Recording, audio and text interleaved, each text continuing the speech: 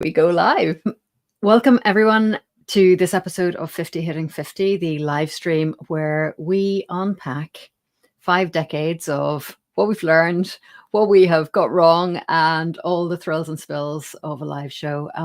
Today, my wonderful guest is Kate Brundrett, and Kate hates Marmite. So I thought that's as good a place to start as anywhere on something like this, because it's something that kind of fascinates me, actually, this evolution of our tastes over time. The kind of things that we loved as kids. I mean, I used to really enjoy a bowl of Frosties, for instance. If anybody tried to make me eat a bowl of Frosties now, I would probably just I don't think I could stomach it, because it's so sweet and sickly. And things like our taste in clothes and our taste in movies and all of these things that change about us. Has the Marmite hatred been consistent throughout your life, Kate? Well, it's quite a good question, actually, because no, it hasn't been consistent. And I do hate Marmite. I hate the idea of it. But sometimes, occasionally, it's not that bad if you put loads of butter on, I think, as well. Butter on your toast and then the Marmite, it kind of softens it a bit, doesn't it? But no, not generally a fan. But the colour yellow, I used to hate the colour yellow, always hated the colour yellow. And in the last sort of 6 or 7 years or so, I've really embraced the colour yellow, much to my friends' disgust, actually. I nearly bought a yellow camper van, in fact, once, but yeah, way out there. So what does yellow mean to you now? What did it mean to you then, and what does it mean to you now? Oh, I don't know. I think it was partly an inherited thing from my mum, actually. Yeah, I think I borrowed that perspective from her, and I've managed to give it back to her. Partly that, and just what it represents is just so loud and brash and rare. But actually, no, I've come to embrace it. It's vibrant and jolly. I mean, it's probably the most jolly colour, isn't it? Yeah. There's actually something just popped into my head there, because I love dandelions, obviously very, very yellow. But there's another plant that I always thought of as an old people's plant. It was, not rhododendron, hydrangea. Hydrangea. Right. They were just such old people plants and shrubs, and they had them in their little gardens and stuff. And I could hardly even look at them. I disliked them so much. And so do you like them now? Are you warming to them? Do you know, the thing is, I swear to God, it was like I turned 40 and the next day I thought, my gosh, that plant is beautiful. And it was almost this overnight transformation of my approach to hydrangea in general. Now I really appreciate a good hydrangea. Oh dear, that's brilliant. So does that worry you? Does it worry me? Do you think it should? I don't know. Does it make you old? Maybe it makes me a little bit more open to certain things. I couldn't appreciate these before, but now I can. So yeah. So what's the thing that shifted? I think I see more variety in them now. They're probably the common kinds that I saw as a kid growing up were the very brash kind of blues and pinks. But they actually have so much more subtlety in some of the species that you see now. Yeah. Very little lace cap ones and subtle mauves. Yeah, that's really interesting, isn't it? So is it that you're just noticing the subtleties and the detail more now? I'm just not sure that the variety of them was available. When I was growing up, just the time and the place and what was available, I guess. But would I have seen the beauty in those ones then? We'll never know. My time capsule is not fully functioning yet. Time will see. There is one plant which I've always hated, and this is a terrible thing to say, isn't it, really? My mum was a florist, and so we just saw such an incredible array of different kinds of flowers for different occasions. But one flower I particularly don't like very much, which is also yellow, funnily enough, is the daffodil. But I have this hatred's too strong a word, isn't it, really? You've got to use that carefully. But strong dislike. I really strongly dislike daffodils. There's just something about the daffodil. I love this time of year because the snowdrops come up, but when the daffodils come up, it's just there's something so cosmetic about them, and the shape and the yellow, of course. In fact, when my stepdaughter was about 5 and she's now 23, we did go around the garden painting all the daffodils blue and pink with poster paint, which definitely improves them. But the neighbours did wonder what we were doing. I actually had an incident. You know, the things. I'm not sure if we're going to talk about flowers the whole time here, but I also had an incident when I was about 4. We were staying in a cottage by the seaside, and there was a whole bank of marigolds out the front. And the man who had rented the cottage to us came in one day just to see me snipping the final ends of his marigolds to make a bird's dinner. I remember that very, very well. But you know, I guess that going back to the original question, this sort of this malleability in our tastes and our interests and our ways of seeing things, that is something, I suppose, that with 5 decades of experience we probably see slightly differently than when you know, it's like when you're little, when you're a kid, everything is very condensed in time terms. Maybe it's just that spreading out of time there's more of it, and it's therefore there are more things to see in it. I don't know. Yeah. But also the fact, I mean, malleability is a brilliant word, isn't it? The fact that you can change your mind. I think that was quite a sort of a late recognition, really, that you don't have to decide on something and stick to it. You know, you can change your mind, and you can change taste and change. And I like that. Life's about a flow, isn't it? You can just sort of flow in and out, rather than just this idea of being completely rigid, which I think is culturally stuck in, possibly. That's it. You have to make a decision somehow. You know, you've got to be this or that. You've got to like daffodils or not like daffodils, or, you know, you can't like, you know, some daffodils. Maybe paper whites are okay. And, you know, don't say paper whites. It's full of nappies. Ah! Do you know, it was really funny. I was going to say, just when we were talking about flowers, you know, we're going to talk about paper whites next. But they stink of nappies, don't you think? Is it just me? I can't actually say I recall them smelling like that. That's so funny. But yeah, no, we are culturally stuck. We have this tendency to try and categorize things, don't we? And to be a certain way or like a certain thing, and it's very black and white, isn't it? And it's you do or you don't. I love the idea of smudging that and being indecisive. That it can be this and that. And, you know, I mean, this is a little bit of a soapbox of mine, but, you know, we went through an education system where there was a right answer and a wrong answer, generally speaking. And there was a right way to do things and a wrong way to do things. And we have been conditioned by that, that there is an answer. And it's not always an easy habit to shake. But one that I think when we sit with it, when we notice it, and when we catch our response to things, that we want to decide completely on something. We want to box it, we want to categorize it. We want to categorize it, don't we? So do you think that categorizing is human nature then, or do you think it's an existential thing? Do you think it's like a conditioning from the education system, for example? So this might be might be kind of controversial. So there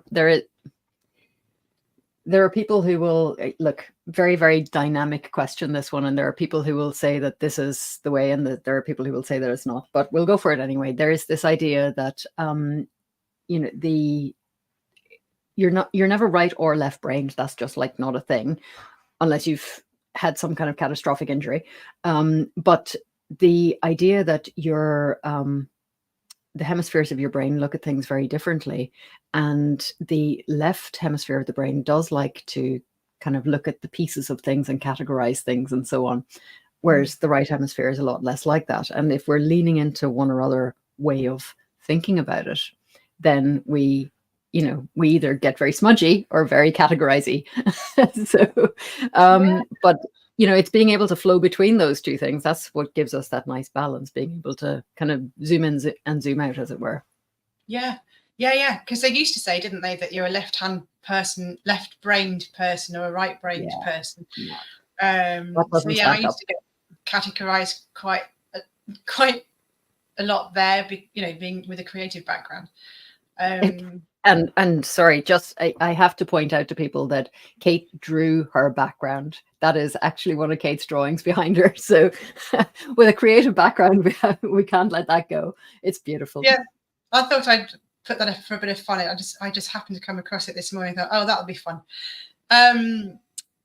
It was something that I drew in lockdown, because everybody had these. It's a bit of a pastiche of what people had in lockdown. The sort of perfect background, the perfect sunshiny picture, the books that show that they're intelligent and well read, and the plants that show that they're green, the photograph that has them, traveling around the world with a beautiful family with the sort of ding, on the teeth, and there's a cat or a dog down there as well. So it was a bit of a pastiche, really. Yeah. So tell me, what are your intelligent books then behind you? What are the what's the list of stuff that you've got there? I don't know. Can you read them? So we've got art, something, life, intelligent, inspired, compassionate, coaching. So that's is that a bit of a mission statement there? Intentional or otherwise? Yeah, it could be. I just sort of came up with some words that might resonate with people.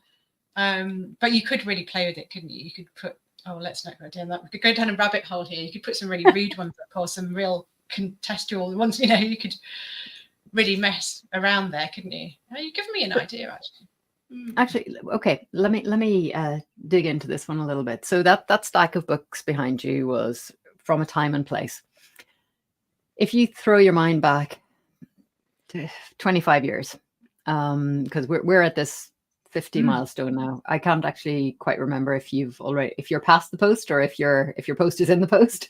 But think back to 25 years ago and ask yourself how many of those books would have been in that stack then. Oh, that's really interesting. Probably all of them. Yeah. I would have been leaving art college, doing an MA in arts management at the Barbican at City. Working at the independent newspaper as graphics editor and graphics artist, and deciding to move back to Cumbria and trying not to.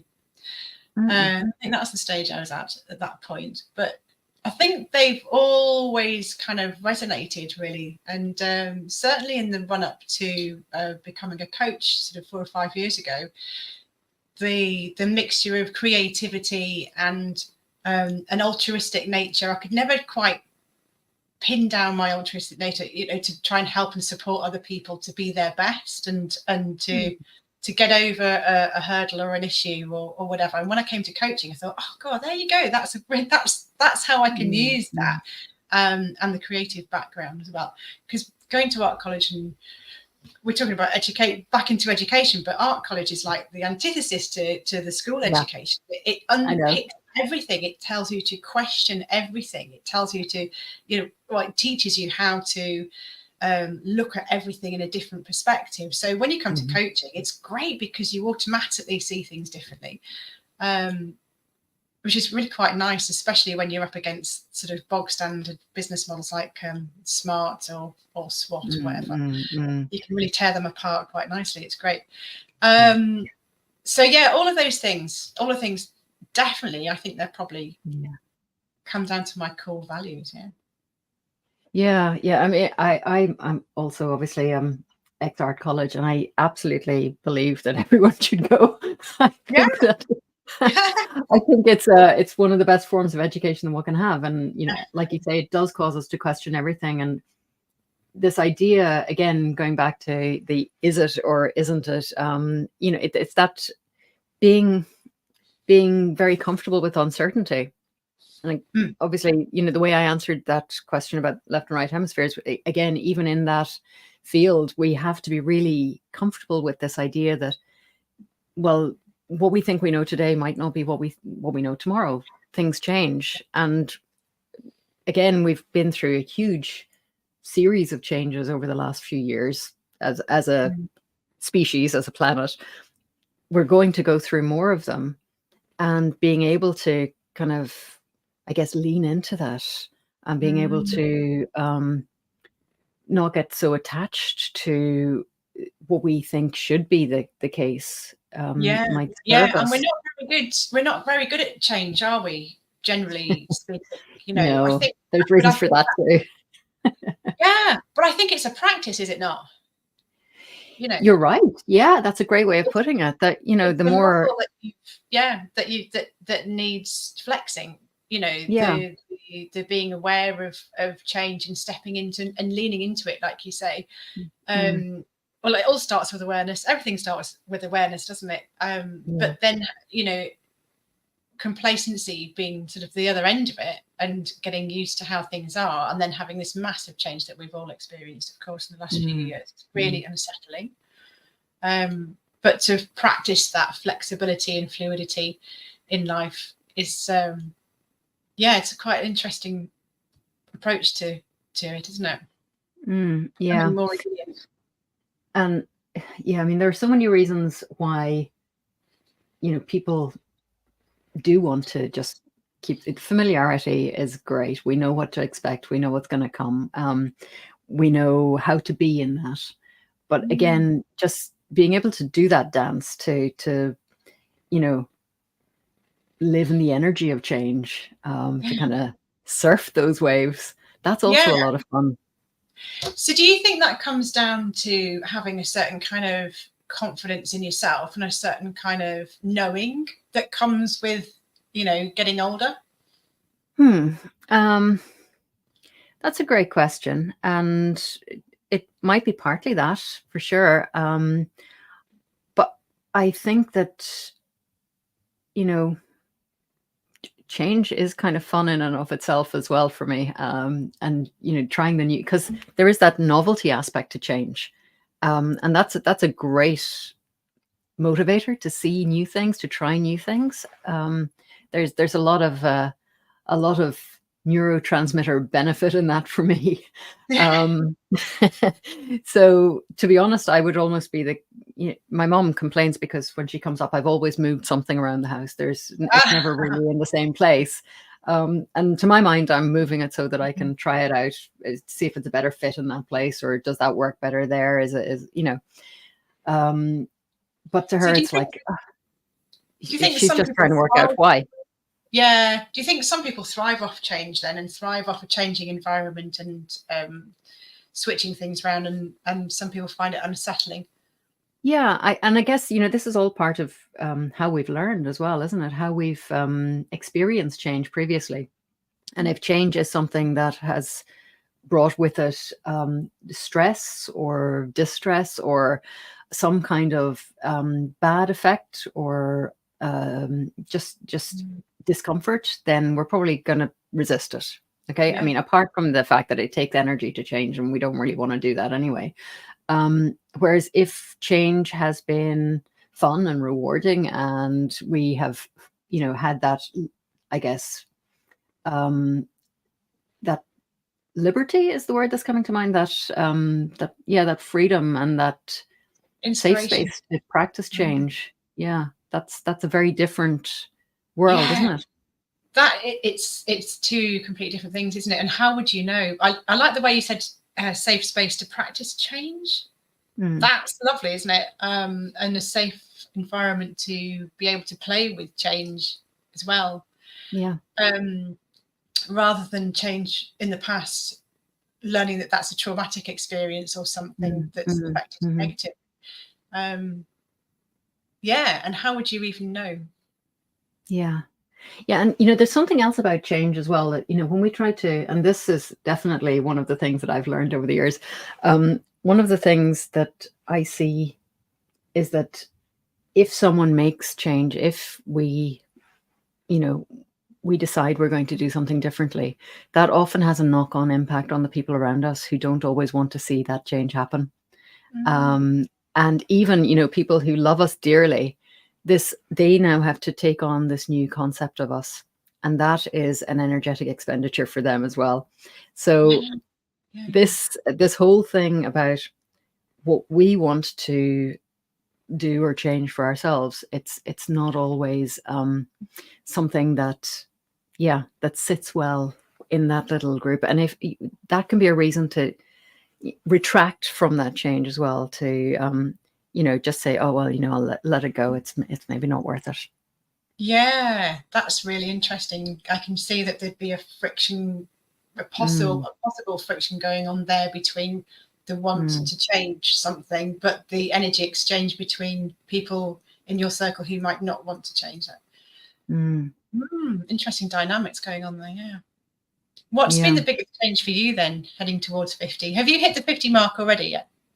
No, middle of May, 24th of May is going to be the day. It's imminent. Imminent, yeah. What about you? December. So I've got a few months to get my head around it still. I'm embracing it. I think it's great. Yeah. That's one of the things I normally ask people. Are they turning it, hitting it, embracing it? The thing is, when we were kids, hitting 50, you'd be over the hill, wouldn't you? Sort of middle-aged, over the hill. And I don't know if it's just because I still feel really young and I've nearly hit it, or if times have changed as well. But that just seems like a really outdated concept completely. Don't feel over the hill the slightest. I feel like I'm stepping into my element really just now. And, having gone through bringing up small children, and they're still 11 and 13 and 23. But sort of being on the other side of that blur, call it a blur. I think that's got a lot to do with it as well, but definitely feel like I'm stepping and embracing it for sure. I mean, I think when I hit 40, it was the same thing. It was it was a brilliant milestone. I felt like I didn't have to apologize anymore. It was great. What were you apologizing for? I have no idea. But there was definitely a certain confidence there that I thought, great, okay, I can just be myself. Yeah. Do you know, it's a recurring sort of theme in these conversations, actually, that there now seems to be this idea that this is like part 2, that we're going to go again with a lot more resources than we had when we were first out of the box, as it were. And I really love that, because I think that we have spent these last at least 3 decades, probably more like 5, gathering up all these experiences. And when I say at least 3, it's like, because I'm not really counting school and childhood and so on, but the things that we've learned and that we're now able to bring to bear, I think that that's really important, that, we think about what those things are that we want to take forward. What are the things that, are like the shuttle boosters that we can let go of?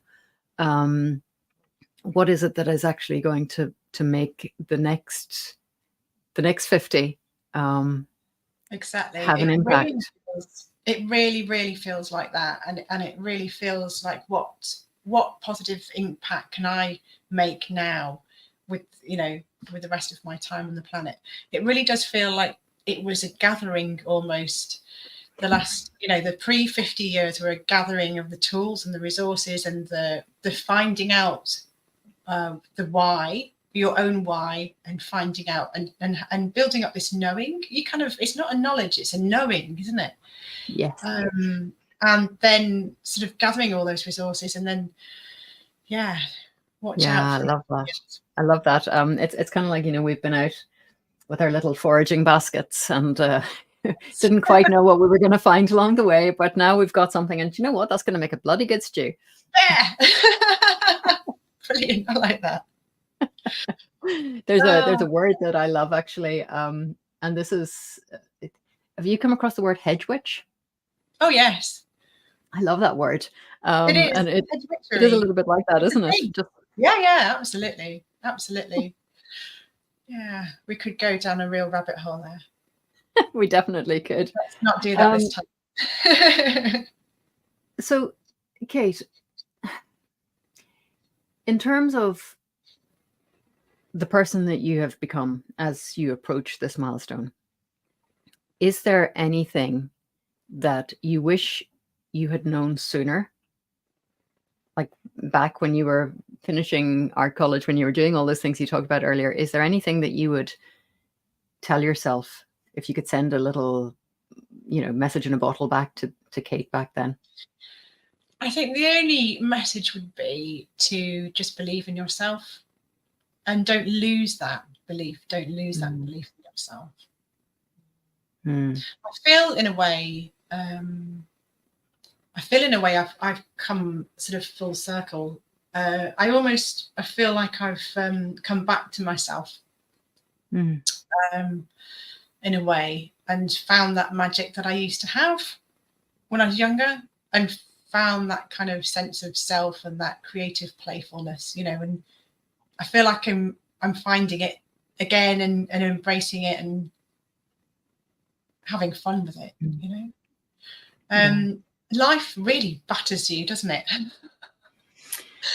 I feel like I've been a bit battered. I mean, not half as much as other people have. I'm very, very privileged in many, many ways, but it does batter us psychologically and emotionally, and throws all sorts of conundrums our way, doesn't it? And it can be very, very complex. And I think when you've gone through certain cycles of that, and you begin to see the simplicity again, and find, sort of strip it back down to the sort of simple things and the joys. And I feel like I'm embracing that.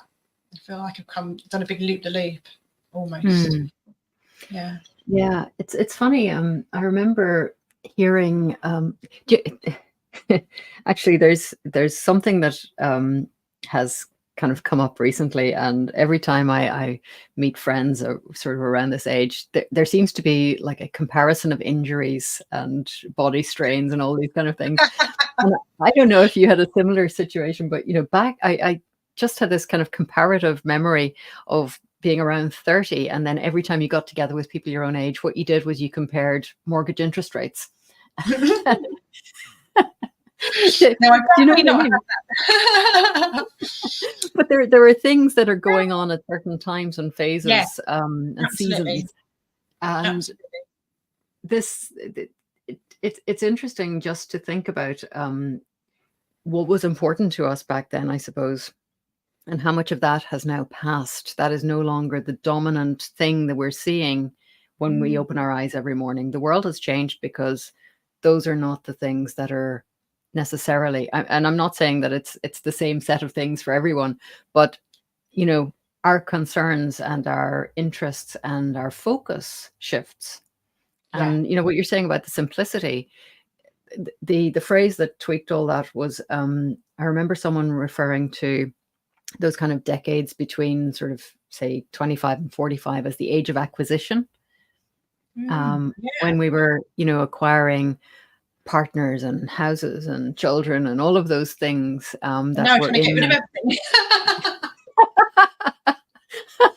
Yes, okay, 18, you're done, go. You can all go. No, I'll go. Yeah. Sorry, not question. Yeah. So if that was the age of acquisition, what is it now? For me, it's the age of returning, though. I think it's this this playfulness that seems to have been lost in that age of acquisition.